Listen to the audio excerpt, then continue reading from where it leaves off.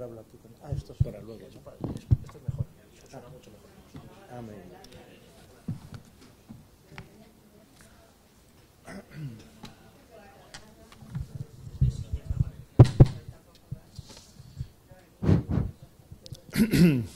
Muy bien, pues buenos días.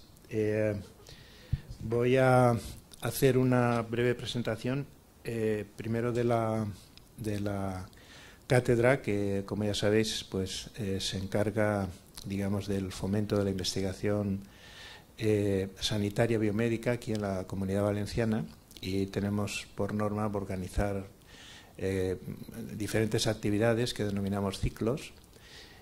Cada ciclo suele contener lo que se llama un ateneo biomédico, un workshop y un FISABio break.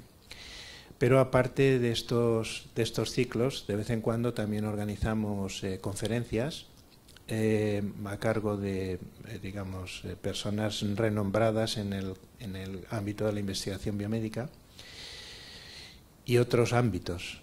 Y este es lo que nos trae aquí a colación hoy en día. El motivo, bueno, aparte voy a hacer la presentación de Martina Luja, aparte de que ser una persona amiga mía con la que llevo colaborando muchos años, está muy implicado en la impartición de cursos en diferentes ámbitos que tienen que ver con el tema de la ética en ciencia y la integridad en ciencia. Y ya vais a ver hoy el tema que va a exponer, que es de bastante enjundia. Y bueno, voy a hacer una pequeña presentación, bueno, no tan pequeña porque a él no le gusta, pero a mí sí, de su currículum breve. Lo he reducido todo lo que he podido, pero va a ser un pelín largo y lo voy a leer.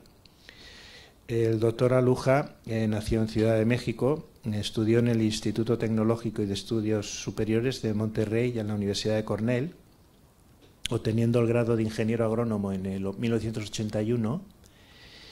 Hizo el doctorado luego en la Universidad de Massachusetts, en Estados Unidos. Posteriormente un postdoctoral en instituto en el Swiss Federal Research Station en Suiza, y ha trabajado, porque ya está retirado como emérito, en el Instituto de Ecología en Coatepec, en Jalapa, en México, Veracruz, el estado de Veracruz. Digamos, su ámbito de trabajo es la ecología y el comportamiento de insectos y manejo de plagas a través de mecanismos biorracionales, pero no es, ya veréis, de otros ámbitos. Es miembro del Sistema Nacional de Investigadores, habiendo tenido el nivel 3 en el área de química y biología, y es nombrado emérito en 2022. Y bueno, ha publicado 289 publicaciones y tiene un índice H de 67. Ha obtenido diferentes patentes en México y en Colombia, y ha impartido conferencias invitadas en México y en muchos países en el extranjero. Imparte, esto es importante, cursos de posgrado sobre ética, integridad científica y comportamiento animal, y un taller sobre redacción de artículos y concesiones científicas. Ha dirigido tesis de licenciatura y tesis de doctorado. Entre otras distinciones, el doctor Aluja recibió el premio Harry Rosenfeld de investigación en entomología agrícola en la Universidad de Massachusetts, el premio Rey Balduino en la Fundación Internacional para la Ciencia, el premio de investigación científica en ciencias naturales de la Academia Mexicana de Ciencias, y el premio nacional de Ciencias y Artes de México, que es como el premio nacional de investigación en nuestro país. En su calidad de director general del INECOL, promovió la construcción y equipamientos del clúster científico y tecnológico que se llama Biomimic, donde se desarrollan líneas de investigación en los campos de la agronanotecnología y nanotecnología ambiental, ecología química, química de productos naturales, genómica, transcriptómica, proteómica, microbiología ambiental, manejo biorracional de plagas y de enfermedades y vectores. Y finalmente indicar que el doctor Aluja es un apasionado promotor de la conservación de los recursos naturales y como tal creó un área natural protegida federal en terrenos que compró a principios de los 90 como cafetal, con uso intensivo de agroquímicos, que fue transformado en un bosque de alta biodiversidad.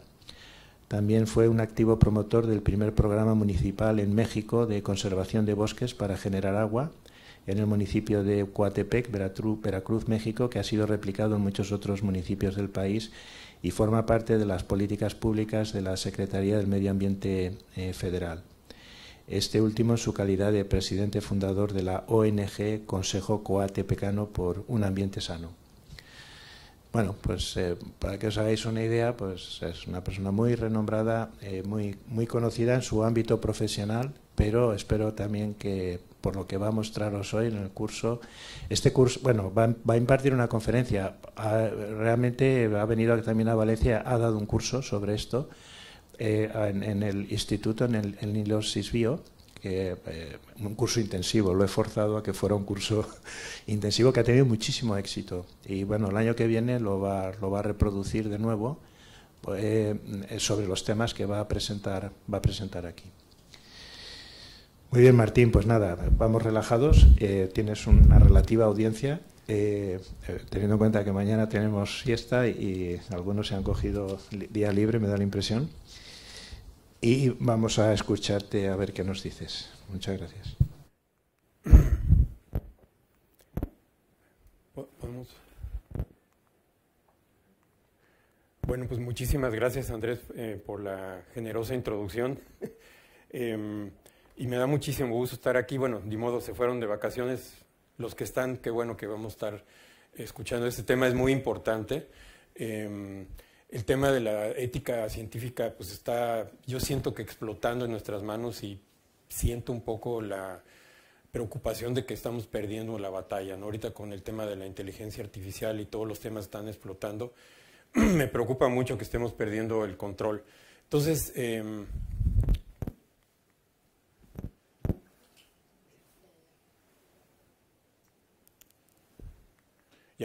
el bosquejo rápidamente, algunas reflexiones iniciales, incluyendo la relevancia de la educación, la inteligencia emocional y la distinción entre ética y moral, que es algo que a mí me preocupa un poco. El tema de fabricación, falsificación y manipulación de datos y la resultante retractación de publicaciones científicas y sobre todo los costos a las instituciones de este tipo de problemas. El uso de la inteligencia artificial para fabricar artículos científicos y citas falsas, estas fábricas de falsedad que pues, tristemente están empezando a permear, el plagio, incluyendo el autoplagio, las reglas de asignación de autorías, el tema de revistas depredadoras y finalmente algo que tuve oportunidad de platicar allá en la universidad, si existe un sesgo de género relacionado a las faltas éticas en la actividad científica. Creo que esto no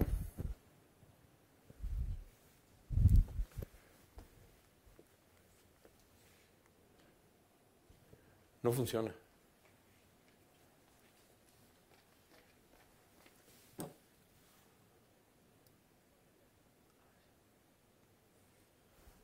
¿Pero tengo que estar aquí arriba entonces? No estaría igual.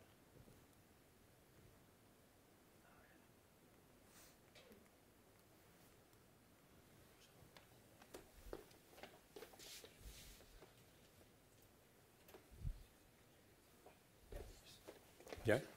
Bueno, pues entonces agradecerle muchísimo a Andrés, que es un querido colega, una persona que yo admiro mucho y que tuve el honor de trabajar con él cuando fui director, igual la doctora Amparo.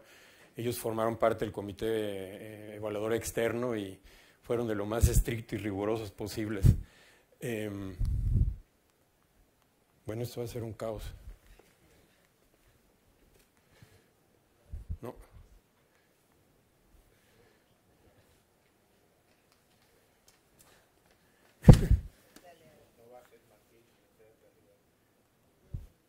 Pero es un tema de comunicación con la computadora.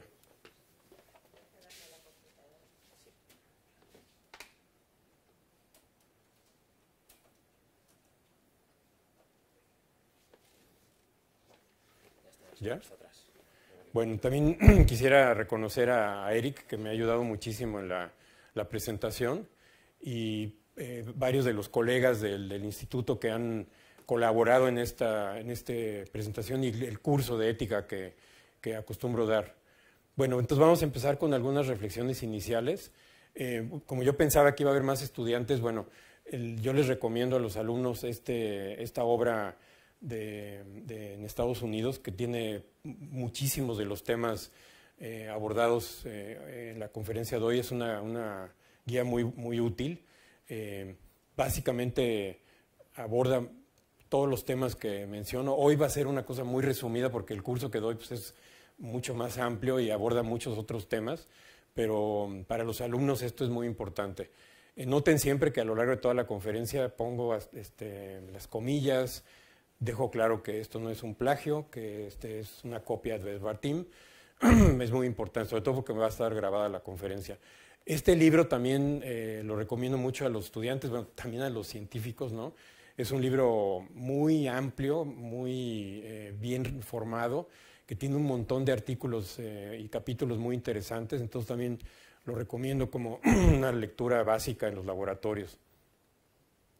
Bien, pues la primera reflexión que hago con ustedes es esta reflexión muy profunda de 1660, donde se fundó la Royal Society of London y que escogieron como moto nullius in verba, ¿no? Que si está bien traducido significa no confíes en la palabra de nadie.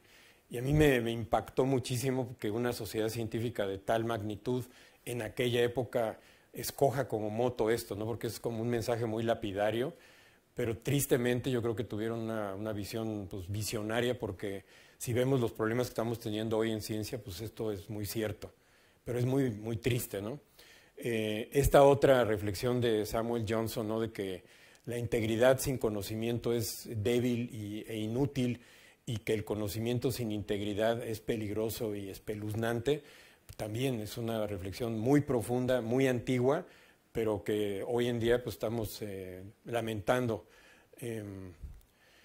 Y bueno, este artículo que acaba de salir hace unas semanas, la verdad que a mí sí me deprimió, porque cuando leí esta cosa dije, ya perdimos la batalla. O sea, es un artículo lapidario, ¿no? Es un investigador francés que está proponiendo, dada la vorágine de problemas éticos en el mundo, que como científicos nosotros usemos estos tres detectores: uno que examina la literatura en busca de frases tortuosas o sin sentido por las fábricas de artículos, otro que realiza seguimiento de los artículos que han sido retractados, retirados o eliminados, y lo que más me alarmó sirve para detectar rápidamente artículos que citan artículos anulados en sus citas. O sea, básicamente lo que está diciendo este autor es que nos volvamos nosotros en fiscales del trabajo de los colegas, ¿no? Y que cada vez que publiquemos un artículo tenemos que filtrar nuestra publicación para ver si las citas que estamos usando no son producto de algún problema ético. Y bueno, yo cuando veo esto digo, pues... Le comentaba yo a Andrés, tengo un colega muy querido en Estados Unidos que cuando lo invitaba a ver un partido de fútbol me decía, Martín, yo prefiero quedarme en mi casa a ver cómo seca la pintura que acabo de poner en la pared, ¿no? Yo prefiero ponerme a ver la pintura que está secando a hacer esto, ¿no? Pues, no, mi trabajo como científico no es ser fiscal de las trampas que están haciendo en el mundo, ¿no? Pero imagínense lo que esto significa para los estudiantes, ¿no? Y ahorita vamos a ver muchos de los problemas que se están dando. Esta es otra cosa también que acaba de salir que me preocupó muchísimo. Es un juicio que se acaba de determinar en Estados Unidos, donde la jueza no le pudo dar la razón a una persona que protestaba por habérsele violado su derecho de autor, porque ella argumentaba que en esta gigantesca nube de datos de la que acopian los motores de inteligencia artificial, ella no podía identificar específicamente dónde lo plagiaron. Y ese fue el dictamen y la persona perdió el juicio.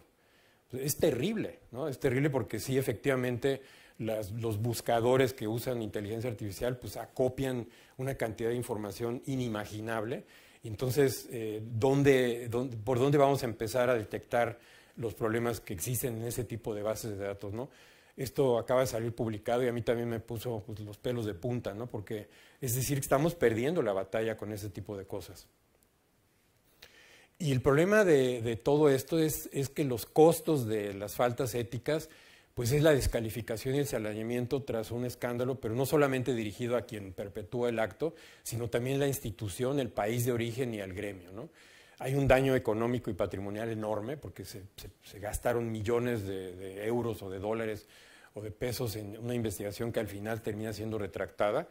Y lo que más preocupa es que empieza a haber sobreregulaciones necesarias, ¿no? Entonces la ciencia empieza a ser fiscalizada y perdemos la razón de ser de los científicos, ¿no? Este es un ejemplo en Japón de un problema que hubo ético muy grave y al final, ¿qué pasó? La institución se vino abajo. Imagínense que Fisabio se cancela porque alguien cometió un problema. Eso fue así en Japón. Y al final, lo que viene aquí al final, ¿no? Que el gobierno japonés está ahorita generando una serie de políticas para evitar este tipo de problemas, ¿no? Entonces los científicos van a estar siendo fiscalizados porque hay trampas en el gremio. Pues, perdemos la naturaleza del quehacer científico cuando se pasa, ¿no? Y esto fue brutal porque efectivamente esta institución perdió posibilidades de conseguir financiamiento, muchos investigadores ya no fueron apoyados y al final pues se vino abajo toda la institución.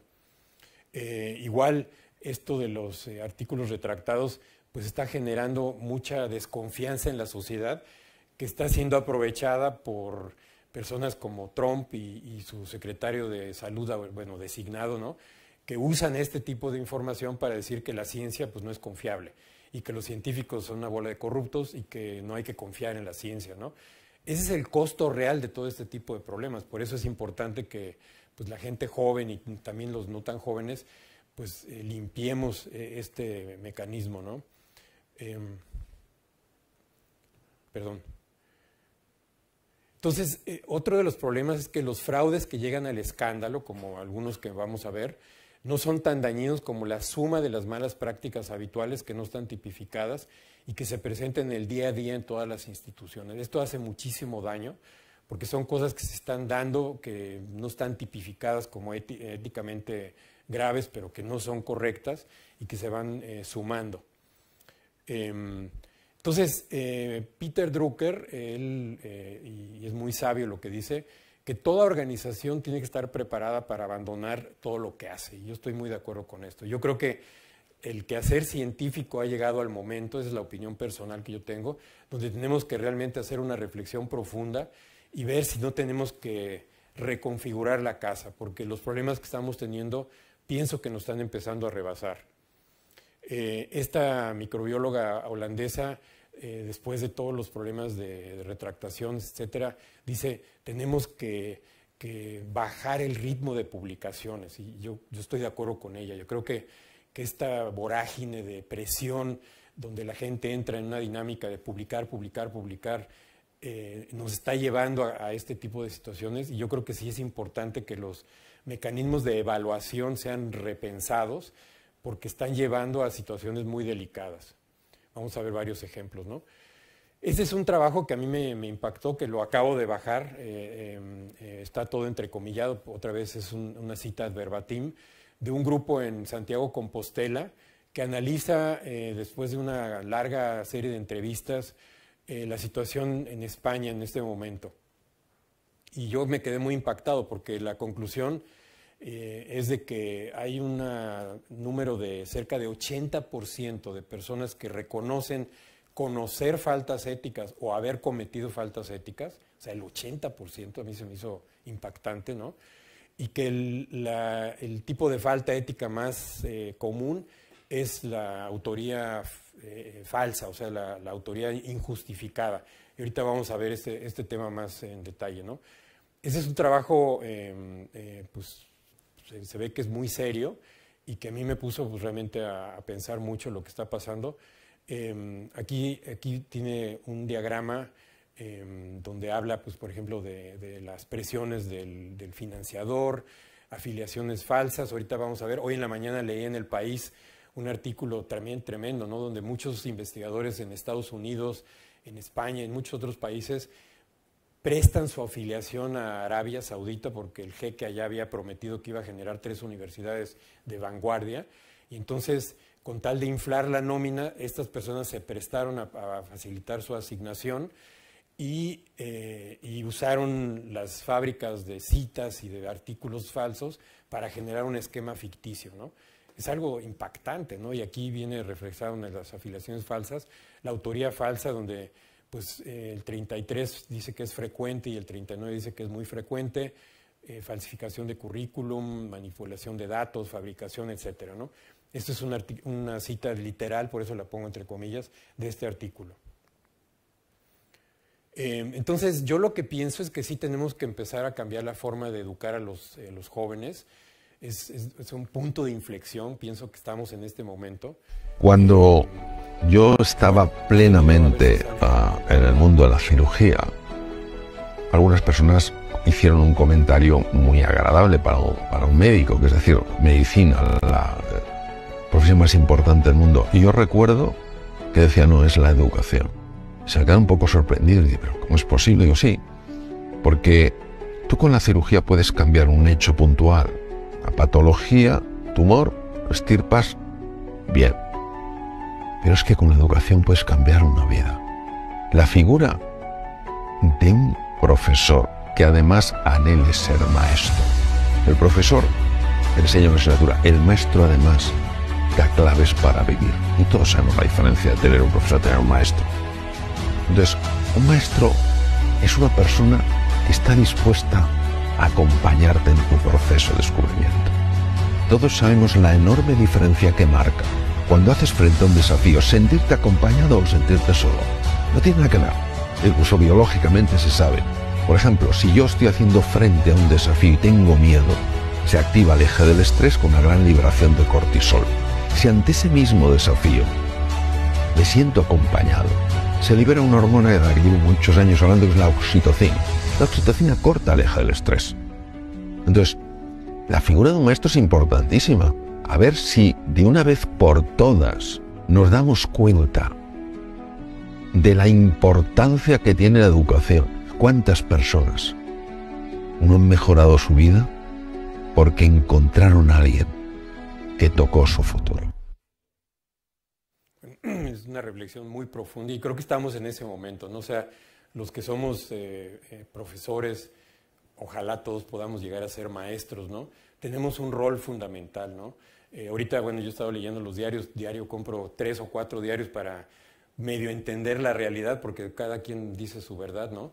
Y es terrible, ¿no? Lo que está pasando en Madrid, por ejemplo, ¿no? Con las universidades públicas.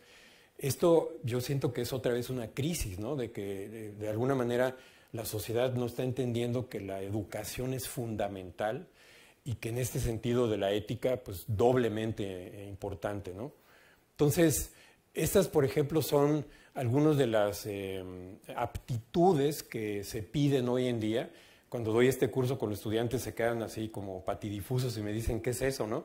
Le digo, bueno, pues mira, estas son las habilidades que te están pidiendo en 2015, pensamiento crítico, capacidad de negociación. En 2025 lo mismo, pensamiento crítico e innovación, la capacidad de resolver problemas complejos y la inteligencia emocional. O sea, hoy en día se solicita, se pide que las personas que van a ser contratadas tengan o puedan demostrar que cuentan con inteligencia emocional. Y bueno, aquí otra vez citando a Goleman, cuando yo hablaba con los estudiantes, muchos me decían, pues no hemos sido preparados en ese sentido, ¿no? En la academia se empuja mucho la capacidad intelectual, la inteligencia intelectual, pero muy poco la parte emocional. Entonces, si no existe eso, va a ser muy difícil incorporar una cultura de ética científica, porque eso implica que tienes una capacidad de autoevaluación personal y de ver los problemas con una, digamos, tranquilidad emocional que te permite, por ejemplo, reaccionar bien ante un arbitraje, ¿no? No enojarte. Entonces, la parte de la inteligencia emocional yo pienso que la hemos perdido mucho y mucha gente me va a decir, Martín, ¿pero eso qué tiene que ver con la ciencia? Pues tiene que ver todo, ¿sí? Porque sin inteligencia emocional no podemos hacer buena ciencia, porque requerimos de esa otra inteligencia para poder asimilar los problemas que estamos enfrentando, ¿no? Entonces, a los alumnos yo les decía que ojalá después del curso adoptasen a la ética como un modelo para tomar decisiones y la ética como un estado de carácter, ¿no? Es decir, todo lo que hacemos es nuestro piloto automático, ¿no? Ya funcionamos con un piloto automático que nos va a impedir, pues, cometer faltas éticas, y ese sería el mundo ideal, ¿no? Aquí, por ejemplo, hay un tema que me llamó mucho la atención, que estaba platicando con los estudiantes, los conflictos de esfuerzo, porque mucha gente habla de los conflictos de interés, conflictos, etcétera, pero los conflictos de esfuerzo están permeándonos, ¿no? Con tanta presión, la problemática que se está generando es que los científicos ya no tenemos tiempo de dedicarle la calidad de tiempo que requieren los estudiantes para precisamente, por ejemplo, formarlos en el ámbito de la ética, ¿no? Y algo que yo les mencionaba a los alumnos, les preguntaba, ¿todos ya tienen un cuaderno de laboratorio foliado? Me dicen, pero eso ya como que es pasado, ¿no? Eso en la computadora podemos anotar todo. Le digo, sí, pero la computadora tú la puedes borrar en un borrón, ¿no? Y de la basura la vuelves a borrar. Claro, los policías pueden encontrar lo que borraste en 3 generaciones, pero no se trata de eso, ¿no? Entonces, yo sigo insistiendo que no hay nada mejor que tener un cuaderno de laboratorio foliado a la antigüita, sobre todo porque, por ejemplo, ahí podemos siempre pegar las fotos originales de los geles originales que van a impedir lo que vamos a ver en unos minutos, todos los problemas éticos que hay alrededor de la manipulación de imágenes, que está volviéndose una locura, ¿no? Con un cuaderno de laboratorio se puede evitar, porque tú regresas a la base, tú sacas la foto de tus geles sistemáticamente, lo pegas en tu cuaderno de laboratorio foliado, y esa es la mejor manera de evitar los problemas de manipulación de imágenes. Y bueno, me dio mucha emoción porque los estudiantes del curso que acabo de dar, prácticamente todos me dijeron, ya tenemos nuestro cuaderno, ya entendimos que es muy importante. Sentarse un ratito a tomar notas al final del día es bien importante, porque si caemos en esta vorágine de que estoy muy presionado y no tengo tiempo, pues entonces empieza a haber estos huecos, ¿no? Y eso es muy importante, yo creo que evitarlo, ¿no? Ya para terminar estas reflexiones iniciales, la diferencia entre la ética y la moral, ¿no? Porque mucha gente habla mucho de la ética y de la moral, y yo digo, a ver, espérate, es que son dos cosas muy diferentes, ¿no? Y la moral yo no siento que tenga nada que ver con la investigación científica, ¿no? Entonces, como dice Paulina Rivero, y aquí estoy citando otra vez ad verbatim y lo pongo entre comillas, pues los esquemas morales varían entre sociedades y se modifican con el tiempo, ¿no? La moral pues es algo impuesto, hay moral religiosa, hay moral política, hay moral de todo tipo, y la ética es algo mucho más profundo, que por ejemplo, a mí me encanta esta cita, ¿no? La ética es la guarida para salvarnos de las inclemencias de la moral, ¿no? Yo creo que la ética es algo mucho más profundo, mucho más reflexivo, que cada quien tiene que tomar una decisión, no te la impone una sociedad, porque pues, es algo, repito, de otro nivel de profundidad. La ética necesita valentía para ser libres, ¿no? Y yo creo que cuando empezamos a cometer faltas éticas, pues vamos a perder nuestra libertad como científicos. Entonces vamos a entrar ya en la materia de fabricación y falsificación, manipulación de datos, la resultante retractación de los artículos y sobre todo los costos asociados.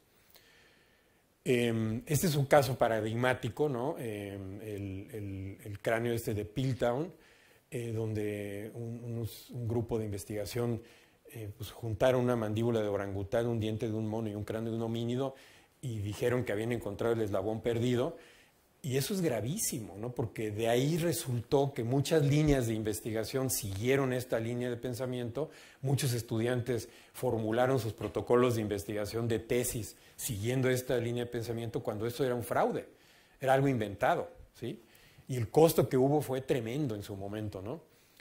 Muchos otros ejemplos, esta persona, por ejemplo, aseguró haber probado que en el género de Arabidopsis la molécula de RNA mensajero del gen FT induce la floración, y al intentar de replicar los experimentos, los coautores descubrieron la falsificación de los datos.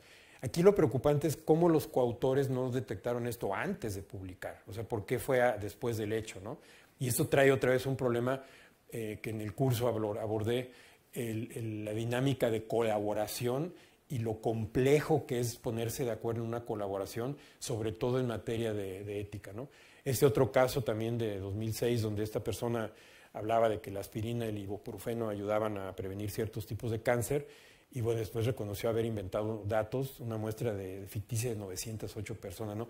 Yo me pregunto cómo alguien puede hacer algo así, pues no sé, ¿no? Las presiones deben ser muy altas, pues sí, pero cualquier presión le debe quedar a una guanga cuando se trata de hacer investigación científica, ¿no? La excusa de que estoy muy presionado y que eso me orilló a cometer esas faltas, yo pienso que es una excusa pueril, es una excusa inaceptable, ¿no? Pero bueno, aquí se acaba también hace muy poco tiempo un premio Nobel donde se descubrió que había varios artículos ya retractados porque se encontró que había manipulado muchísimas imágenes en sus publicaciones, ¿no? Y estamos hablando de un premio Nobel. Imagínense lo que eso representa, porque se ha hecho estudios muy interesantes de que casi invariablemente la progenie de los premios Nobel o de los laboratorios tienden a obtener otra vez premios Nobel. Esto es gravísimo, esto es muy, muy grave, ¿no? Y bueno, empieza a surgir una preocupación por esta cantidad de autores altamente productivos, ¿no? Que cuando un servidor empezó en la ciencia, cuando alguien publicaba 10 artículos en un año, era así como que wow, ¿no? Hoy en día eso ya pues, pasó a la historia y es preocupante, como dice la colega holandesa, tenemos que slow down, ¿no? Bajarle un poco el ritmo. Aquí hay un caso también en España, no sé si ustedes seguramente lo conocen, de esta persona que trabaja, bueno, aparentemente trabaja con temas de carne, de que estaba publicando 176 artículos. O sea, 176 artículos, ¿quién puede hacer eso de manera ética, ¿no? Esto viene del país. Esto es de este año, de hace pocos meses, una persona que estaba haciendo un metaanálisis y a mediados de año 2024 ya había encontrado que había autores que tenían más de 200 artículos. Imagínense lo que falta todavía del segundo semestre, ¿no? Y aquí hay una lista donde yo borré los nombres de los autores, obviamente, otra vez entrecomillado, donde había una gran cantidad de artículos que estaban publicando 261, 216, o sea, 1.56 artículos por día, ¿sí? Esto es real, o sea, yo no estoy inventando, son datos duros que salen en las metaanálisis que están haciendo. Pues es muy, muy preocupante, ¿no? Es otro caso de un investigador que él se ostentaba como que quería ser el investigador más productivo del mundo. Trabaja en Noruega y igual se detectó que pues estaba participando en artículos duplicados, haciendo citas, artículos totalmente irrelevantes, que participaba en estas fábricas de producción de artículos, etcétera, etcétera, ¿no? Yo no hubiera querido ser alumno de alguien así, ¿no? Imagínense el golpe psicológico de tener que haber trabajado con una persona así. Hoy en Noruega hay mucha apertura, esto ha sido un escándalo y seguramente esta persona pues ya no va a estar trabajando ahí. Pero ahí no queda, el costo es para la institución y para los estudiantes que estuvieron bajo esto, ¿no? Este es otro caso que acaba de salir ahorita, a mí me da mucha pena porque es una persona que estudió en la UNAM en México, que estuvo trabajando en Estados Unidos mucho tiempo y resulta que esta persona muy, muy reconocida, con mucho impacto también como funcionario en diferentes instituciones, se dedicaba a estar falsificando imágenes, ¿no? Se encontró que entre 1997 y 2003, en 132 de sus artículos, había sospecha de manipulación de imágenes.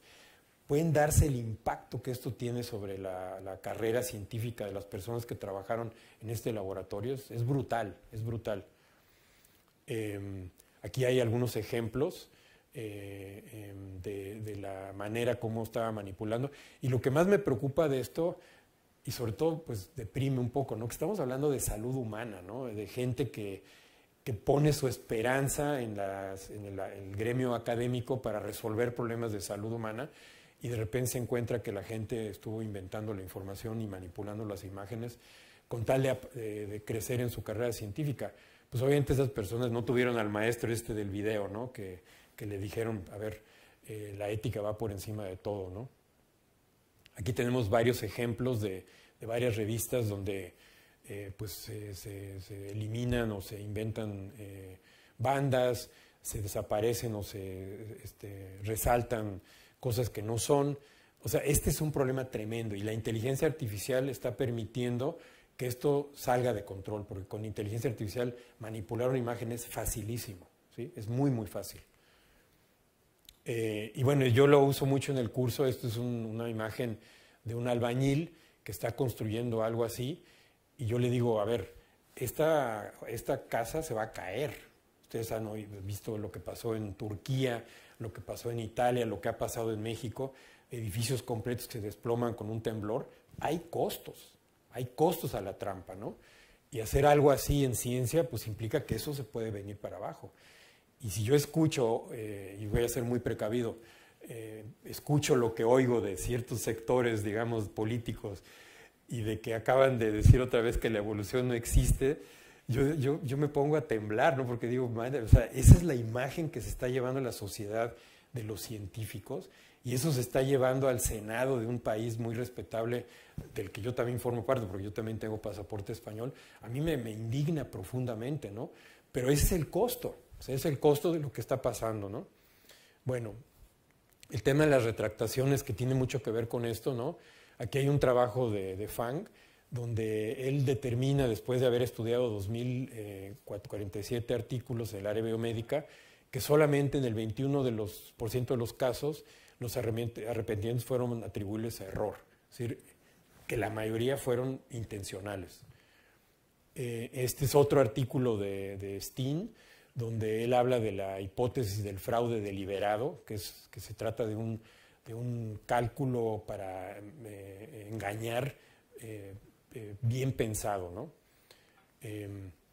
Y bueno, ese es algo muy lamentable, ¿no? Cuando uno ve una persona joven con el inicio de su carrera que se vio forzada a retractar un artículo por haber trabajado en un laboratorio donde no había valores éticos, esta persona ya perdió su carrera, ya no va a poder recuperarse, ¿no? Y es muy duro ver eso, ¿no?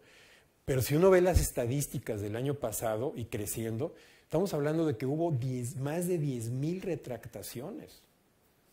Es algo inimaginable, ¿no? O sea, 10,000 artículos retractados, multiplíquenlo por el número de citas que esos artículos ya han empezado a tener.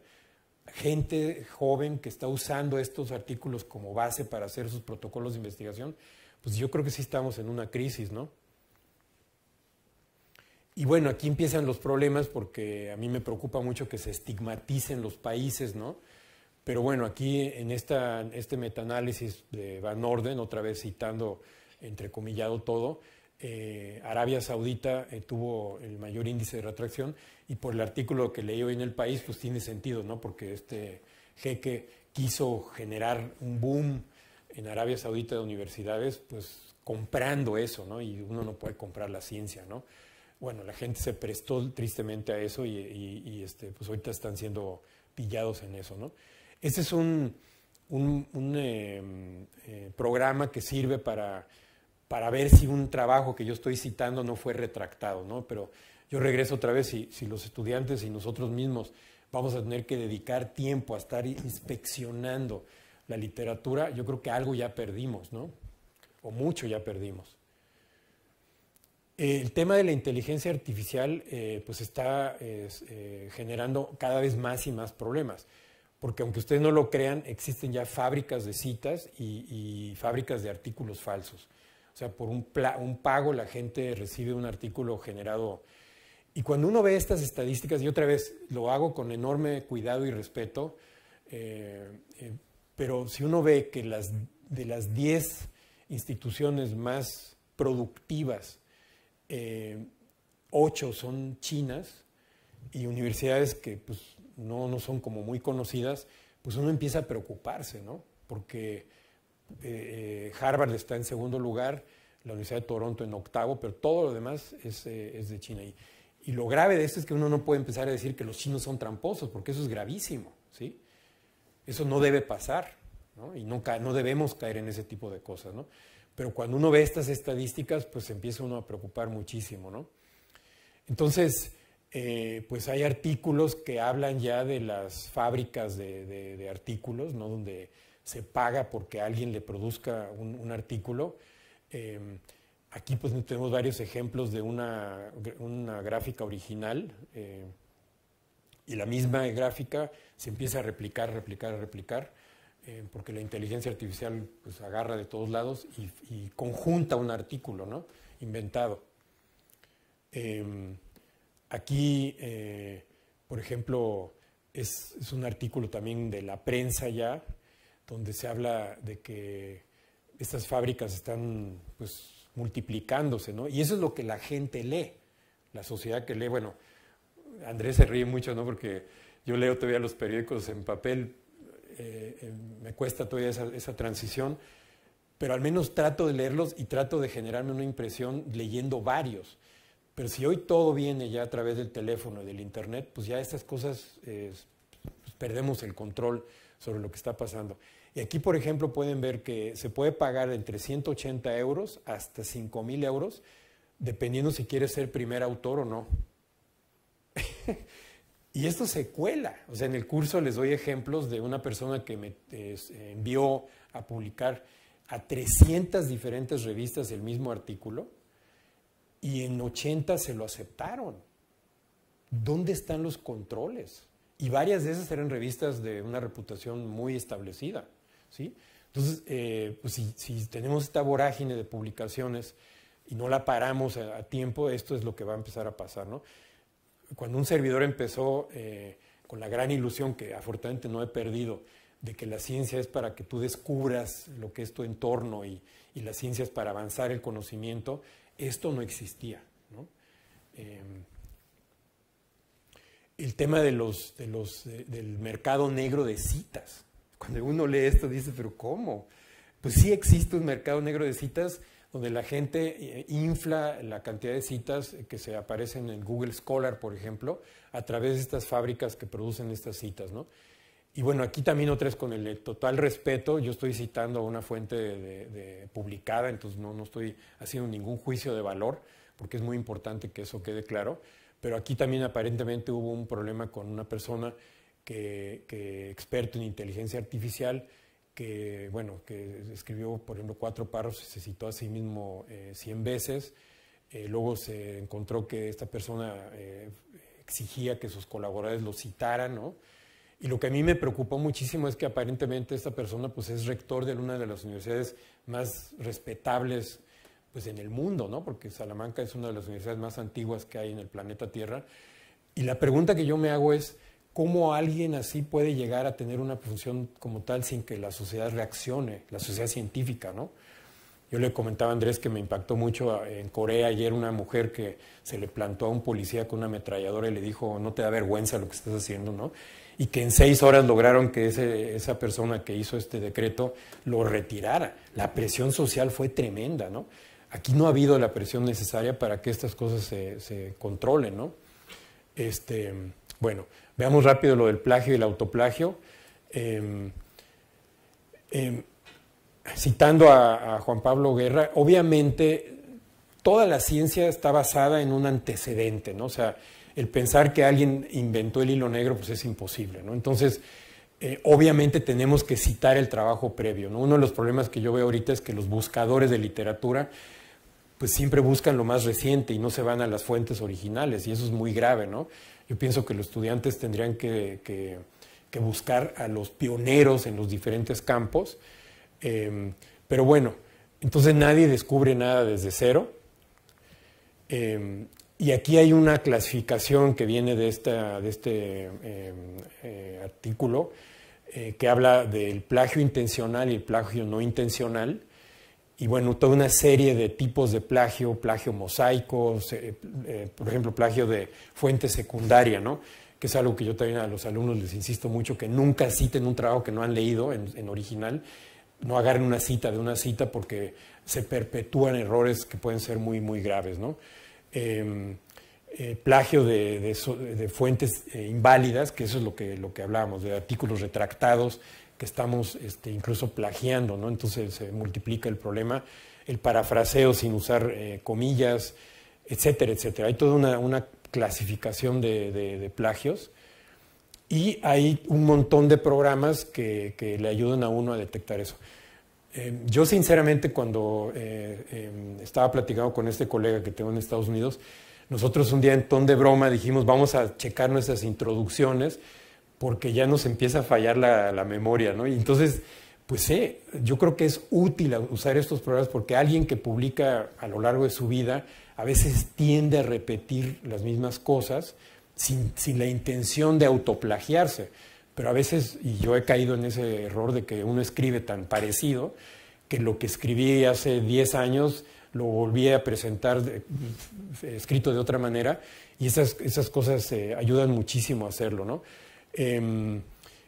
Acabo de escribir acaba de salir un capítulo del libro, publicado, arbitrado, donde gracias a que la técnica de laboratorio que me ayuda con esto pasó el capítulo por un programa de plagio, pues detecté que desdichadamente uno de los coautores había cometido un plagio.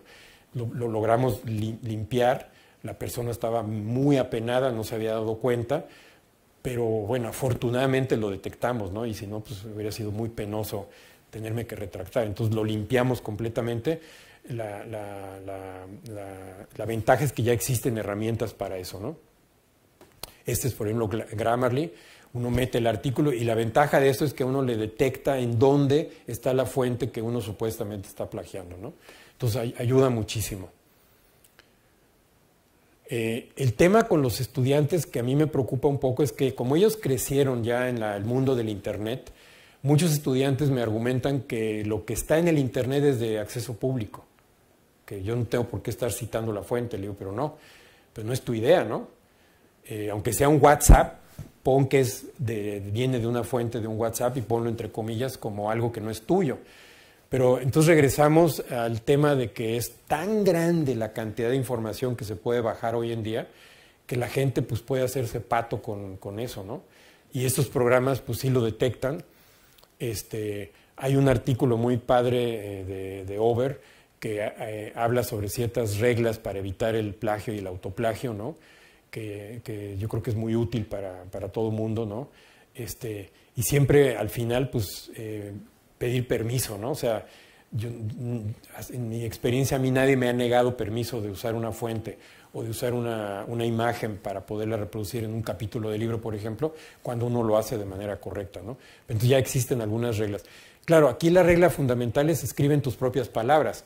Para eso implica que la persona que está escribiendo sabe escribir bien, que es un problema que estamos teniendo, ¿no? Hoy también en el país aparece que las estadísticas aquí en este país están yéndose en reversa y que muchos chicos están saliendo muy mal calificados en matemáticas y en México no se diga, ¿no?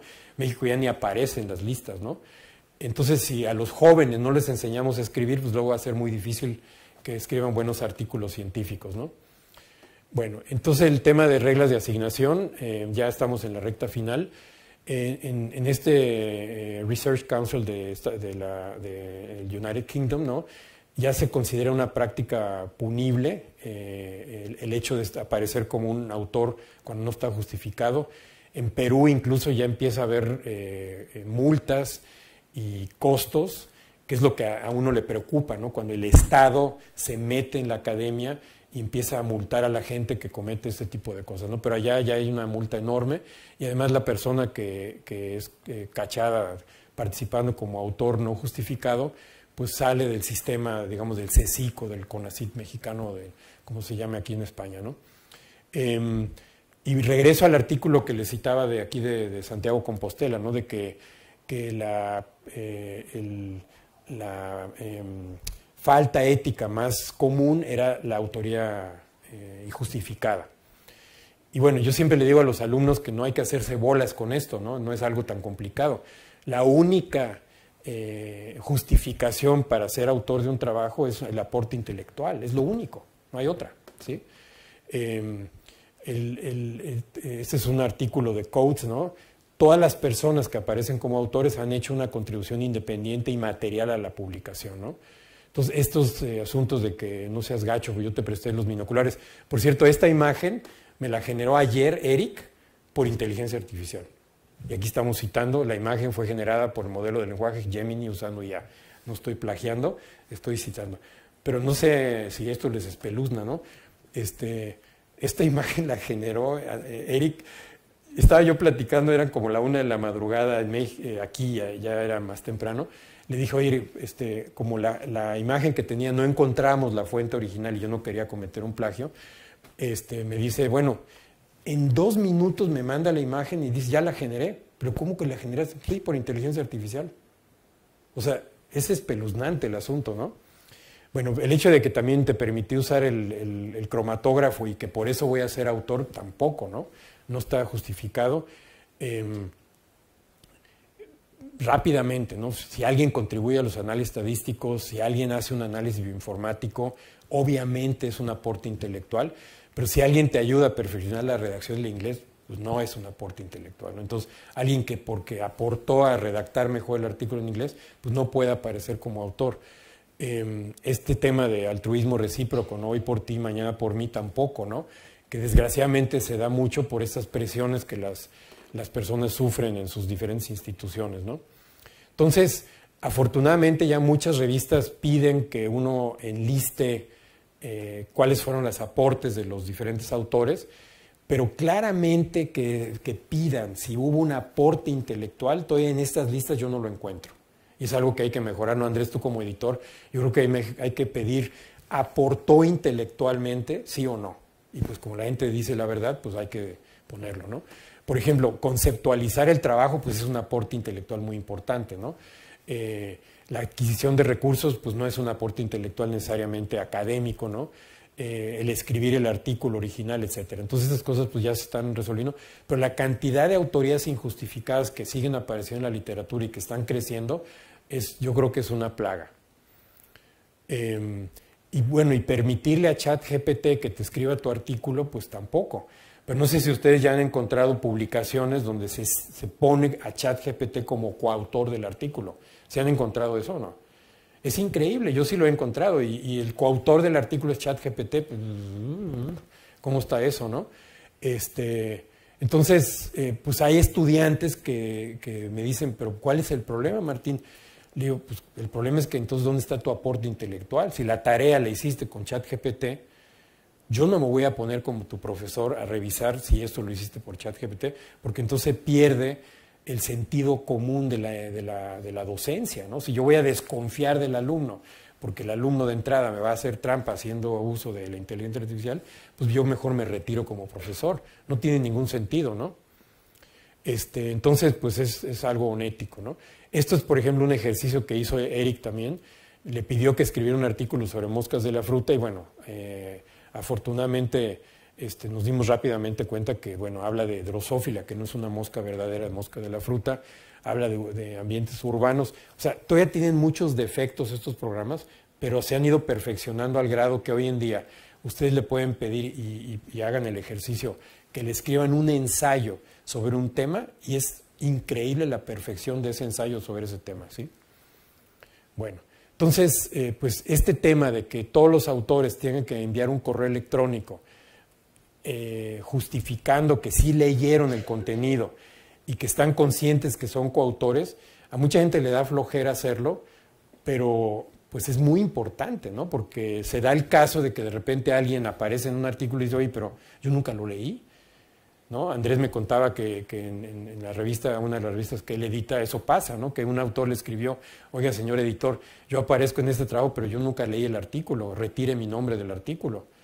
Yo no entiendo cómo se pueden dar esas cosas si la gente está actuando con ética, ¿no? Bueno, entonces ya para terminar, las revistas depredadoras, otra vez esta ilustración, pues esta es la fuente, ¿no?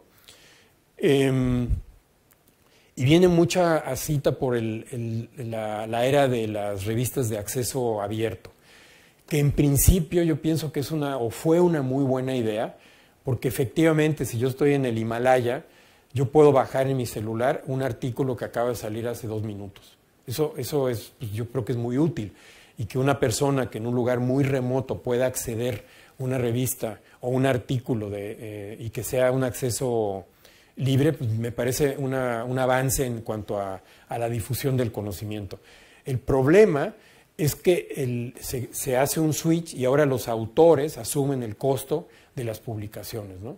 Entonces, empieza a haber costos altísimos, ¿no? Ese es un artículo también publicado en el País, ¿no? Donde ya el autor tiene que pagar el artículo y tiene que pagar costos muy, muy altos, ¿no? Hey, Christopher. Yeah, boss, what's up? What do you think about making some of our articles? Hey, Christopher. Yeah, boss, what's up? What do you think about making some of our articles open access? That's a good idea. Make the articles free to the public so that anybody can appreciate the latest scientific advancements. I like it. Of course, the author would have to pay some kind of publishing fee. Yeah, okay, that's reasonable. What, like a couple $100? Yeah, I was thinking maybe $11,000. What? Yeah, $11,000, and we put your article on our website for anybody to read. Why so much? Oh, you know, all the costs. What costs? Reviewing the article? Yeah, we don't pay reviewers. We guilt them into it because it's good for science. Okay, what about formatting? Your 12-year-old niece does that for us. Well, we gotta publish it. That costs money. It's a PDF on a website. Kaylee does it in like 2 seconds. Kaylee? Your niece. Oh, yeah. Besides, who's going to be able to afford that? Oh, people will pay. Why? Because they have to. What do you mean? Researchers have to publish in order to keep their jobs or get promoted, and we're one of the most prestigious journals around. People will pay. So it's extortion. Here at Nature, we're doing crime. Oh, Christopher, don't be so dramatic. So let me get this straight. You want to charge researchers $11,000 to publish an open access article, thereby ensuring that only researchers with the most money get to publish an article, which defeats the purpose of having open access articles in the first place. Yeah, that's right. And this is guaranteed to be profitable because researchers' livelihoods are dependent on a predatory system that values publishing in high-impact journals. Hey, you got it. This, of course, is insane. It's academics, baby. Tremendo, ¿no? Pero pues es un poco la realidad de lo que está pasando, ¿no? Nosotros acabamos de pagar la semana pasada, Andrés también pagó un artículo, ¿cuántos? $2.500, 3.000 euros. Es un montón de dinero y pues, yo no sé quién tenga tanto dinero para pagar eso, ¿no? Pero en América Latina no, en muchos países no se tiene eso. Entonces, desgraciadamente, esta idea muy positiva del Open Access pues, se ha ido pervirtiendo, ¿no? Y como dice este metaanálisis muy interesante sobre los arbitrajes, habla de que los árbitros dedicaron 15 años a revisar artículos en 2020, lo cual equivale a 2.500 billones de dólares en los 3 países más importantes. O sea, si uno ve el volumen de artículos y la cantidad de árbitros y la cantidad de horas que se dedican al arbitraje gratis, pues sí están beneficiándose mucho de estas revistas, ¿no? Porque es trabajo que no se paga, ¿no? En Estados Unidos, Biden, que bueno, no, yo tenía otro concepto, pero ahorita acabo de zafar a su hijo de un crimen, se me hizo muy triste, ¿no? Pero bueno, en Estados Unidos, y si no hay una nueva orden ejecutiva, es obligación de todos los investigadores hacer pública la información que haya sido financiada por el Estado. A mí me parece una muy buena solución, porque finalmente son los impuestos de la gente que paga este tipo de cosas, ¿no? Entonces, pues hay muchas revistas de acceso abierto, algunas son más estrictas que otras. Y bueno, entonces este señor Jeffrey Bill hizo una lista de las revistas que él llamaba depredadoras. Tristemente, él dejó de funcionar en el 2017 y no se sabe si fue, probablemente fue amenazado porque pues, ya no aparece en el mundo, ¿no?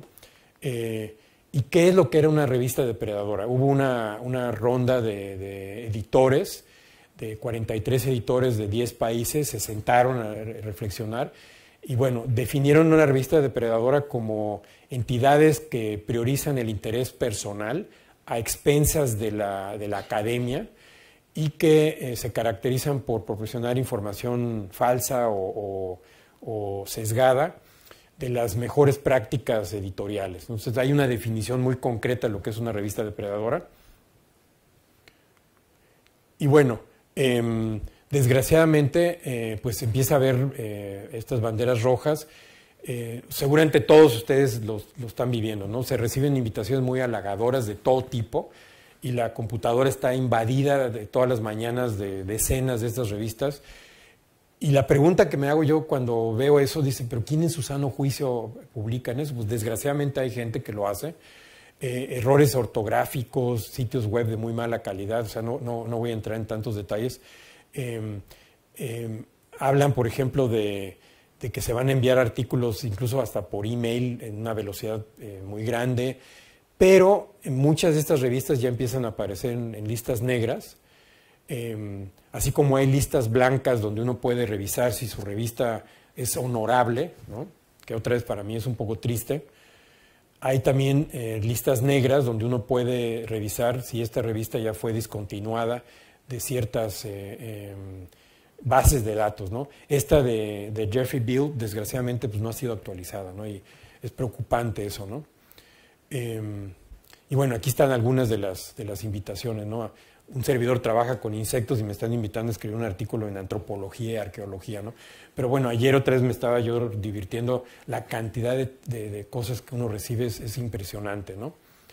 Y bueno, esta revista, por ejemplo, le ofrece publicar su trabajo en 3 días. Y la pregunta aquí es si los estudiantes están presionados y se tienen que titular con un artículo, en muchos países caen en esta trampa, porque si no, no se pueden graduar. Y hay presión de que van a perder la beca o van a tener que regresar la beca porque no se graduaron en el tiempo de eficiencia terminal. Entonces el riesgo es muy grande de que la gente caiga en esos errores, ¿no? Y aquí el problema más grande son esos famosos números especiales de las revistas Open Access que le dan la oportunidad a una persona de invitar a un gremio de pues, muchos veces amigos o gente, digamos, conocida, publican un número especial con muy bajos criterios de calidad. Y esto se ha disparado. Aquí, por ejemplo, en 2022, en algunas revistas de MDPI, por ejemplo, la inmensa mayoría de los artículos vienen de números especiales, ¿no? Y, por ejemplo, en esta revista, el International Journal of Environmental Research and Public Health, hubo 17,000 artículos el año pasado. Es una locura, ¿no? Entonces, desgraciadamente, esto se lleva entre las patas a otras, ¿sí? Y entonces, por ejemplo, en 2023, Web of Science saca de su lista varias revistas de Wiley, de Hidawi, de MDPI, pero no implica que todas las revistas de MDPI sean depredadoras, ¿sí? Pero a mí ya me dio pánico, porque yo he publicado en revistas de MDPI y dije, híjoles, ¿qué va a pasar con mi reputación? Porque pues te llevan en el costal, ¿sí? Al grado que, por ejemplo, ya en la propia China, ya no toman en cuenta en las evaluaciones académicas si tú has publicado un artículo en una revista depredadora o con fama de depredadora. Entonces, el costo es muy alto, ¿sí? Es muy alto y es muy triste lo que es, porque efectivamente no todas son iguales. Con Andrés hemos platicado mucho, él es editor de Biology, que es de MDPI, y el rigor a la que está uno expuesto en esa revista pues es altísimo. No tiene nada que ver con una revista depredadora, ¿no? El tema de falsificación y manejo de datos en el mundo de la biología molecular también es muy espeluznante. Aquí, por ejemplo, un metaanálisis de 12,000 artículos encontró 700 artículos con errores. Y ahorita que di el curso, un estudiante me dijo, Martín, yo perdí 2 años porque bajé datos de una base que estaban manipulados a mano, le habían cambiado las secuencias. Entonces, es un problema también muy serio en este tipo de revistas, ¿no? Entonces, ya para terminar, la pregunta si existe un sesgo de género relacionado a faltas éticas. Hoy me preocupó mucho en este análisis que salió en El País, que hablaban de que en matemáticas España está perdiendo mucho, pero lo que más me preocupó es que aparentemente el problema se expresaba más en niñas que en niños. O sea, si ya en ese momento estamos empezando a sesgar el problema, pues es muy preocupante, ¿no? Entonces hay una gran cantidad de artículos. Yo estoy siendo muy cuidadoso, no hay juicio de valor, ¿no?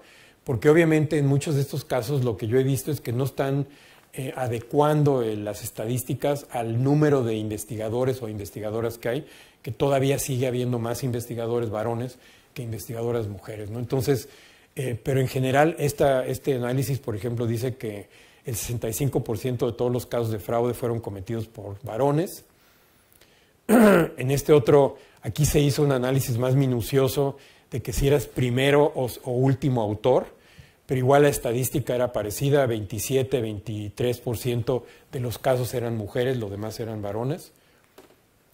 En este caso igual la concentración habla de que los artículos que fueron publicados solamente por varones tuvieron una probabilidad de 20 a 29% mayor de cometer faltas éticas. En este caso se habla otra vez de que el 65% de las faltas éticas fueran cometidas por varones. Aquí lo mismo, 25% de las retractaciones fueron cometidas por mujeres, y en este caso la mayor cantidad de ejemplos fueron de Estados Unidos. Todas son publicaciones formales, las cito ad verbatim. Por eso está todo entrecomillado, ¿no? Este otro artículo igual habla de que un 37% de las retractaciones involucraban a mujeres y hablan del por qué lo hacían. Aquí este otro artículo también habla de que los varones son significativamente más propensos a cometer faltas científicas. Igual aquí también hablan de que 2/3 de los varones cometieron este tipo de faltas. Otro artículo en el campo de la medicina donde hablan de que las mujeres están subrepresentadas. Este otro artículo es mucho más crítico y dice que no tanto es el género, sino son las políticas de las instituciones que provocan este tipo de problemas. Y bueno, ese también pone en duda si existe un sesgo o no. Esta a mí me impactó muchísimo porque aquí habla del tipo de personalidad que tiene la persona. Y entonces aquí no hubo un problema de género, sino del tipo de persona. Entonces estos autores hablan de que las personas o estudiantes que tienen una personalidad tipo A o también que tienen características maquiavelianas tienden a causar problemas de ética, que es muy interesante, ¿no? Porque obviamente la personalidad A son esas personas que son muy pushy, como se conoce, ¿no? Que aspiran a llegar muy rápido. El ejemplo del científico noruego, bueno, que decía que quería ser el investigador más productivo del mundo, ese es el tipo de personalidad que lleva a esas personas a cometer este tipo de faltas, ¿no? Bueno, con eso lo dejo y la mosca con la que trabajo les da las gracias por la atención.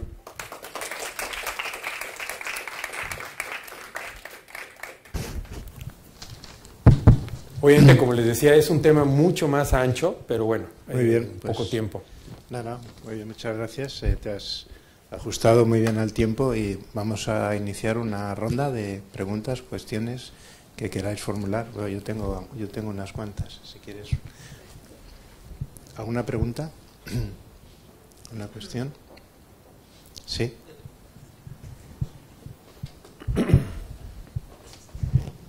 Hola, ¿qué tal? Muy interesante. Pero es que no sé si hacerlo ahorita o después porque es algo que mencionas, pero es más o menos centrado en México. Entonces no sé si hacer la pregunta en este momento. Adelante.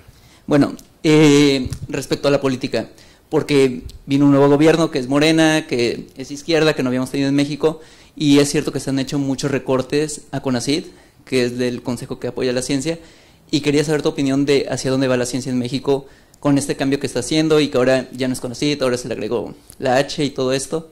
No sé, ¿tú qué opinas? Bueno, yo pondría entre comillas de izquierda, porque acaban de firmar un decreto que permite que el ejército controle tu teléfono. Entonces, de izquierda no tiene nada, ¿sí? Entonces, de entrada, esa es mi opinión. Es muy lamentable, o sea, cuando tú ideologizas el quehacer científico, que es lo que han hecho este gobierno anterior y el actual, pues ya perdiste, ¿no? Porque entonces ya es ideología y ya no es actividad científica, ¿no? Yo en lo personal pues he sido un crítico muy feroz de todo esto y he sido pues, acremente atacado y criticado, ¿no? Y incluso amenazado. Yo lamento muchísimo que no solamente en México, sino que en el mundo estemos siendo ya invadidos por gobiernos autócratas que ven a la ciencia como enemigo de la sociedad, ¿sí? Porque México no es el único país. México tenía una tradición durante 40 años de haber construido un aparato científico ejemplar que ya competía en las grandes ligas, y para mí fue terriblemente lamentable que llegara un gobierno, entre comillas, de izquierda a destruir todo eso porque los científicos éramos críticos, ¿no? Toma en cuenta que cuando llegó este gobierno quisieron meter a la cárcel de máxima seguridad con acusaciones gravísimas que solamente le corresponden a los narcotraficantes, a 32 científicos, entre ellos Julia Tagüeña, que viene de una familia de refugiados españoles, distinguidísima investigadora, y la quisieron meter a la cárcel de máxima seguridad. O sea, esa es una cosa terrible. Pero lo mismo pasa con Erdogan, lo mismo pasa con Orbán, lo mismo pasa con Maduro, y te puedo contar un montón de historias, ¿no? O sea, aparentemente eso está pasando. Cuando yo escuchaba estos discursos aquí en este país de la ultraderecha que ven a la ciencia como un peligro, ¿no?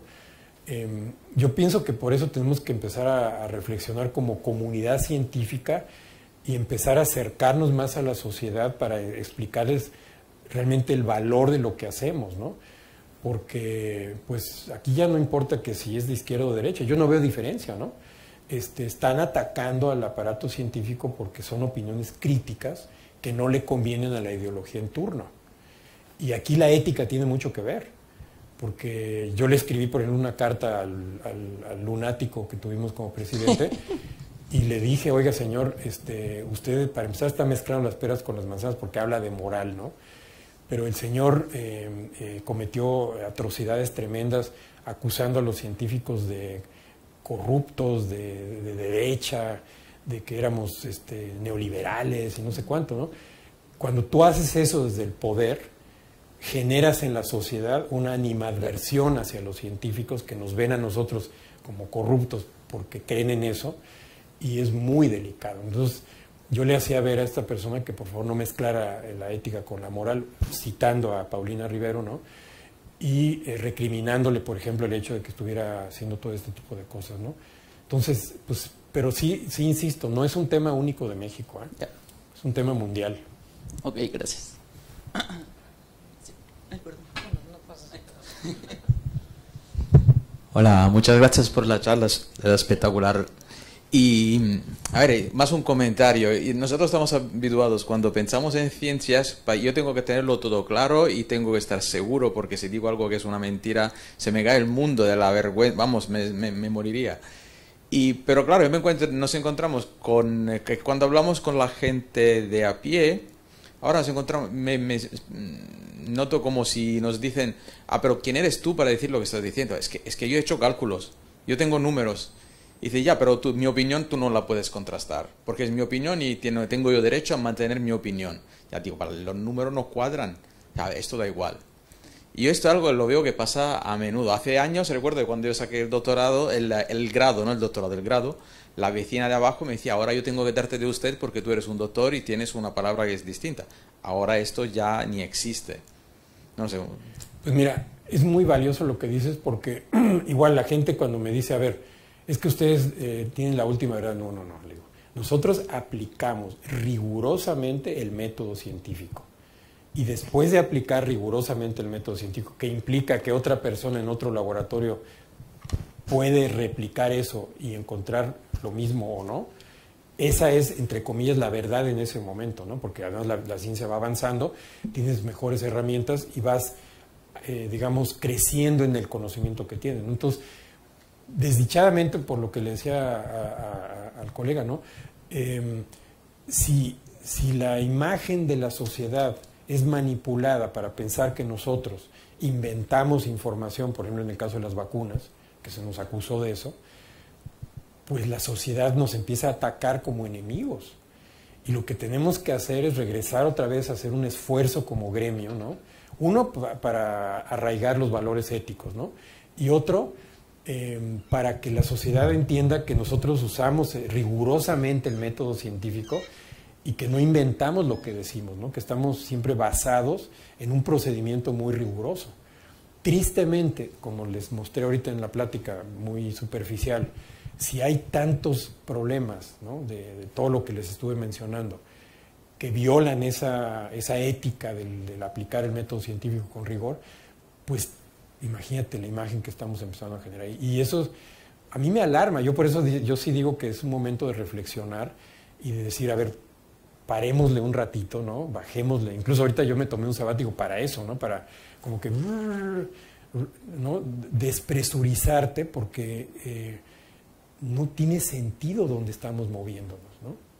Yo estoy de acuerdo que la inteligencia artificial es una herramienta fantástica, pero no estamos midiendo las consecuencias de la aplicación de eso en la ciencia. Y otra vez, si lo que va a tener que pasar es que se empiece a regular, pues entonces el gobierno en turno lo va a regular según su ideología, ¿no?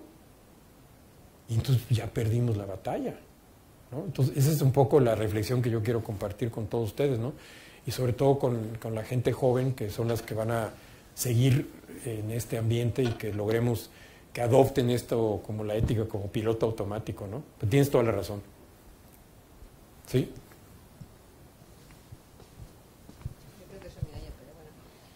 No, precisamente por lo que ha preguntado Giuseppe y tu respuesta, es que el problema que existe es que el 90%, bueno, el 80% de lo que tú has presentado es prensa. Sale en la prensa. ¿Qué es lo que ve la gente? Fraude, más fraude, más fraude. ¿Cómo combatimos eso? Es muy difícil. El rector de Salamanca sigue siendo rector y lo ponen a verde, y resulta que el comité que lo juzgó, el presidente era un amigo suyo que no tenía nada que ver, creo que era de otra asignatura, no sé, de historia. Entonces es muy difícil, porque lo que sale es todo lo que se hace mal. Exacto, pero fíjate que no solamente es la prensa, sino que también ya las propias revistas científicas pues están siendo obligadas a publicar muchas de estas metaanálisis, etcétera, porque se está dando mucho, ¿no? En México, mira, por darte un ejemplo, y tú lo debes conocer, el fiscal de la República, la persona, digamos, responsable de impartir justicia, pues es un plagiador. O sea, está documentado que plagió, Guillermo Sheridan lo documentó, y como premio le dieron el nivel 3 del Sistema Nacional de Investigadores. O sea, no hubo costo, al revés, hubo premio, ¿no? Entonces, sí, la pregunta de Amparo es ¿cómo revertimos esto? ¿Qué vamos a hacer como gremio científico para que este tipo de cosas cambien? Porque efectivamente lo que tú decías, cuando uno era joven, el científico era de las, junto a la medicina, el médico, el científico era de la gente que más se respetaba, ¿no? Y era increíble, a mí me daba mucho gusto, ¿no?, el respeto que se tenía por la figura del científico, ¿no? Hoy en día ya no es así. O sea, tristemente en México, al menos ya los científicos nos ven así como si fuéramos eso, lo que dijo el lunático, ¿no?, que somos una bola de corruptos, ¿no? Es algo muy, muy grave, porque cuando la sociedad pierde confianza en el quehacer científico, pues entonces, ¿qué vamos a hacer, no? En todos los campos, la medicina, la agricultura. Yo siempre le digo a la gente, nuestra capacidad de alimentarnos depende de que haya científicos honestos que manejen plagas, que mejoren los procesos, toda la agricultura de precisión que hoy en día es tan importante para resolver el problema del agua, por ejemplo, ¿no? Todo eso es trabajo científico. Entonces yo creo que tenemos que trabajar mucho en eso, ¿no? Sí. Sí, pero ese trabajo científico no llega a la sociedad. Y tú no estás llega. metida en eso, claro, ¿no? No llega. Sí. Sí, pues, entonces hoy en hay día que acercar todo lo que se está haciendo, toda la producción científica, todo lo que se está haciendo a la sociedad directamente. Muchos de los sistemas de evaluación, no sé, en España, ya están forzando a los científicos a dedicar buena cantidad de tiempo a publicar artículos de divulgación de la ciencia o de difusión de la ciencia, ¿no? Pero si lo haces con presión, también se empieza a pervertir. Por eso es la ciencia ciudadana. Eso. Por eso la participación ciudadana. Sí. Porque los involucras desde el principio. Eso que estás haciendo. Y conciencias, claro. Sí, de la ciencia ciudadana, sí. A mí me parece increíble, sí. ¿no? Porque entonces, como tú dices, desde la raíz involucras a la sociedad en el trabajo y una comprensión del quehacer científico. Y se ven que forman parte de lo que se está haciendo. Sí. Y ven luego los resultados, cómo llega a los políticos también. el tema es ese, ¿no? Si abarca suficiente ámbito como para que la sociedad empiece otra vez a respetar el trabajo científico, ¿no? Estamos en una crisis, estamos en una crisis compleja y yo siento que sí tenemos que reflexionar mucho. Estos foros son importantísimos y creo que cada institución debería tomarse. Pero hay mecanismos, sí que hay.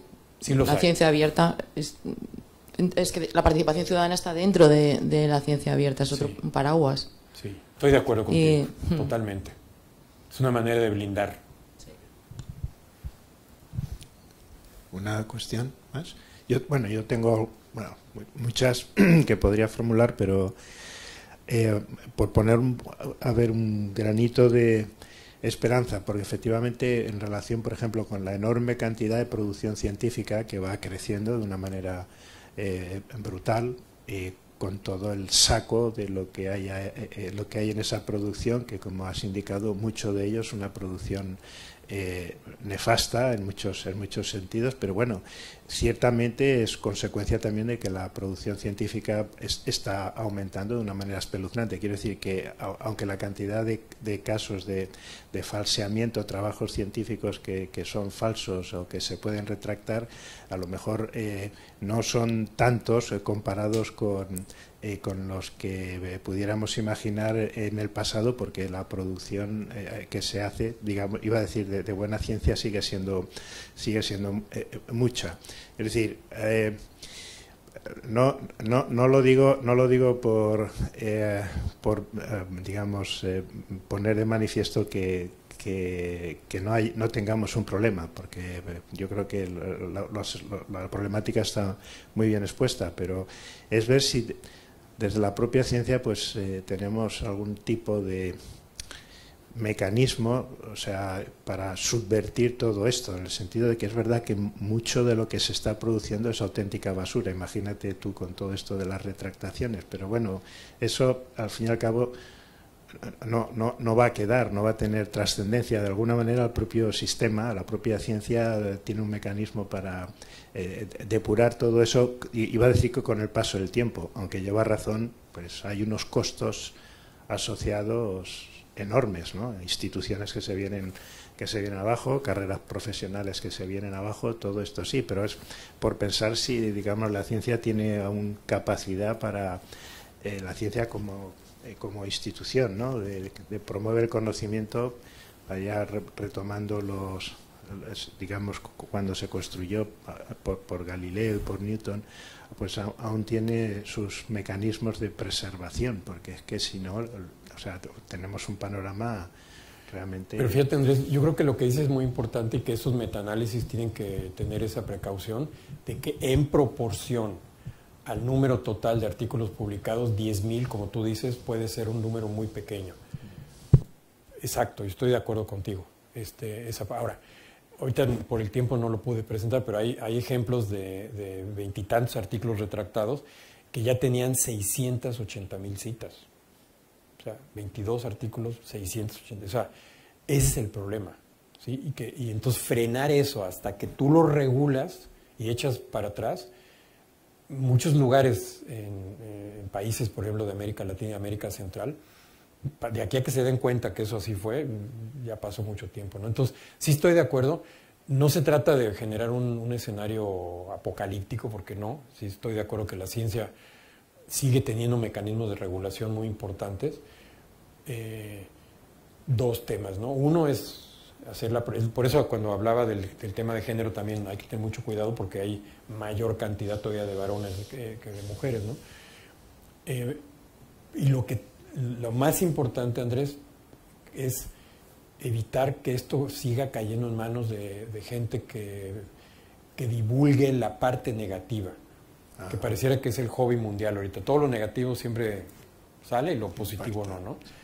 Eso es donde yo creo que las sociedades científicas deberían tener un aparato de contrarrestar esa imagen falsa que se está generando de la ciencia, y ahí estamos atrasados. Sí. Ahí está. Porque coincido contigo, ¿eh? Sí. Bueno,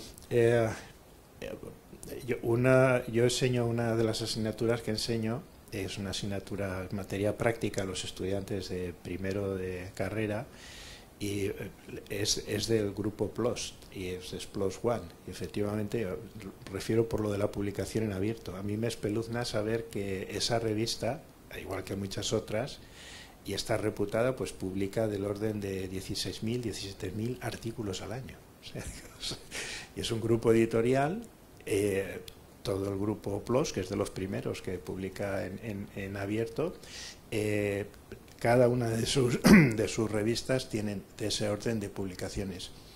Y efectivamente cuesta la publicación, pues cada artículo puede costar 3.000 o 4.000 dólares. Entonces les digo a los estudiantes, bueno, hacer un cálculo del dinero que hay detrás de esto. Y luego somos los propios autores, los científicos, los que revisamos estos trabajos, estamos en los comités editoriales, pero el beneficio directo va directamente a estos grupos editoriales. Hay una enorme lucha intestina darwiniana entre los grupos editoriales. Algunos grupos editoriales acusan a otros de ser grupos depredadores, etcétera, etcétera. No quiero entrar en estos detalles. Yo, como editor de una revista importante, me he encontrado también, pues digo por temas anecdóticos, no sabéis la cantidad de basura que estoy obligado a reconocer en mi propia revista cuando veo autores, como ya has comentado, de artículos que tengo que retractar, o porque alguien detecta que ha habido, pues eso que has comentado tú, oiga, que yo no soy autor de este trabajo, hijo, y me parezco publicado, o artículos en los que datos falsificados, es decir, hay otros, hay entidades que se dedican a buscar eso y te lo hacen saber, ¿no? Y yo como editor, pues me veo en la tesitura de que me vienen todas estas cosas, lo peor, digamos, el proceso editorial funciona realmente bien, pero hay cosas críticas que no son muchas al cabo del año, pero son unas cuantas y dices, Dios mío, ¿cómo es posible que estas cosas se dan? Ya lo creo que se dan. Pero fíjate, el video por eso es tan bueno, ¿no? Porque dice, es que tu sobrina, pues sí, te piden que formatees ya el artículo. O sea, básicamente uno se pregunta, y bueno, ¿y $2,000 o $4,000 para qué? Porque yo hice todo el trabajo y los árbitros no les pagamos. Entonces sí es una fábrica de dinero. Hombre. Y lo que a mí me preocupa es que ya casi no existen revistas de sociedades científicas. No, que va. Porque las han comprado, por ejemplo, de la Sociedad Americana de Entomología, que era una serie de revistas muy prestigiadas, ya las compró Wiley, y entonces están bajo las normas editoriales de Wiley, ya perdieron esa parte, claro, ¿no? Casi yo ya no conozco una sola revista que no esté engullida por estas mega empresas. Es que además en ese tipo de revistas, que son las clásicas, efectivamente el artículo, una persona no puede acceder o no lo puedes citar, luego ese artículo que está en esa revista, pues a lo mejor no va a tener tanta visibilidad como estas otras revistas públicas en abierto. Y tú que dices PLOS, yo entré en pánico cuando PLOS apareció en las listas negras, dije... Claro, todos tenemos trabajos. Sí, me espanté, claro. Scientific Reports también dije, o sea, entonces, ¿ya dónde voy a publicar? Y miren, si yo sí tomé la decisión de bajarle el ritmo, estamos volviendo a publicar en el Bulletin of Entomological Research, que yo ya no había publicado ahí, y es una muy buena revista, tiene un factor de impacto 1.6, que no compara con las otras, pero yo dije, ¿sabes qué? Yo prefiero echarme para atrás. De todas maneras, si alguien le interesa, lo va a encontrar porque es muy fácil bajarlo y ya no estar en eso. Pero por el otro lado, dices, el trabajo que acabamos de publicar en Scientific Reports, pues es una revista de mucha visibilidad, que a ti te interesa que mucha gente la vea rápido, y es un toma y daca, ¿no? Pero bueno, en el caso de nosotros, como ahorita la ciencia es por designio, ¿no? Entonces solamente ciertas áreas van a ser financiadas y ahorita siguen con esa dinámica, ¿no? Pues se nos va a acabar el dinero. Entonces vamos a vernos obligados a ya publicar en revistas de muy bajo impacto porque simple y llanamente no tenemos el dinero para pagar $4,000, que $4,000 en pesos mexicanos son cerca de 90,000 pesos. Es mucho dinero, ¿sí? Mucho dinero. Entonces muy poca gente tiene esa cantidad de dinero para pagar y sí se vuelve pues algo muy complicado, ¿no? Para un grupo que tenga mucho dinero, bueno, nosotros cuando teníamos muchos proyectos, pues eso eran rasguños, ¿no? Ahorita dices 90,000 pesos, híjoles, ¿cómo, no?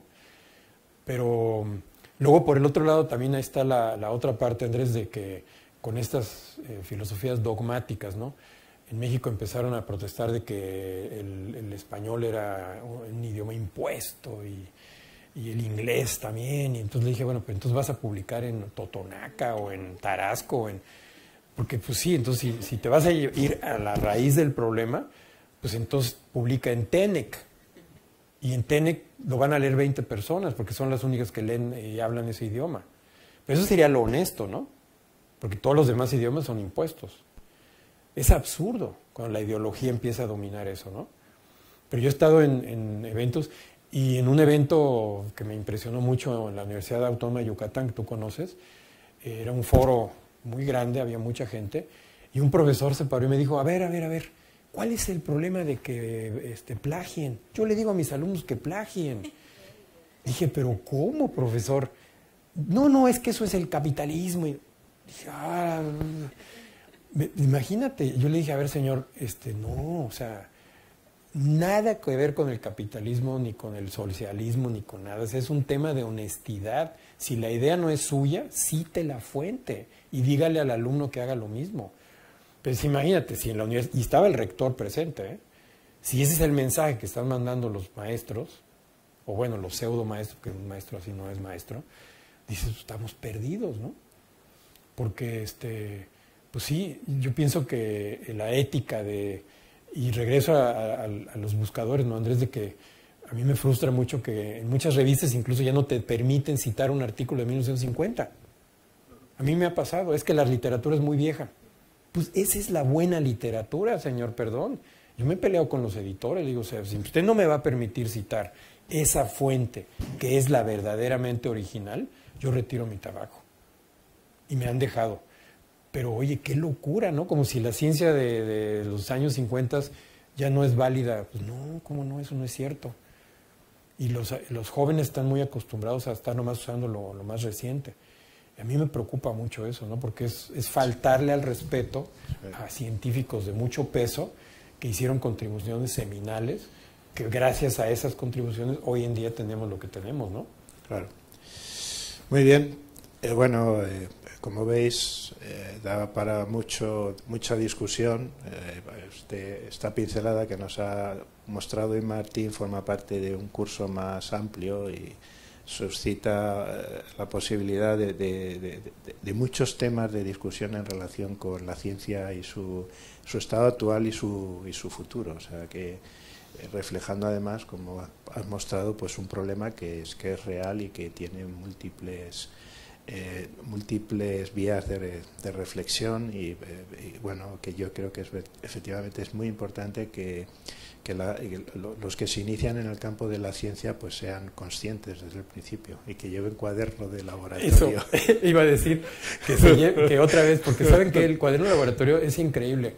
Cuando tú revisas eso y los estudiantes se acostumbran a hacerlo bien, es increíble. O sea, les ayuda a formarse bien, a reflexionar lo que hacen. No todas las carreras, ¿no? A ver, escribe de qué hablamos en la reunión de hoy, resúmelo. Y ayuda mucho. Yo pienso que eso no es algo malo, pero claro, mucha gente se burla de mí, dice que estoy anticuado. Muy bien, bueno, pues nada, vamos a dejarlo aquí. Creo que la grabación ha quedado bien y ya es importante porque independientemente de las personas que hayan asistido, pues tenemos el vídeo que luego lo colgamos dentro de la cátedra y lo hacemos accesible a todo el mundo y para difusión eventual y ya está. Pues muchas gracias por vuestra asistencia. Hasta luego. Gracias. Gracias, Martín.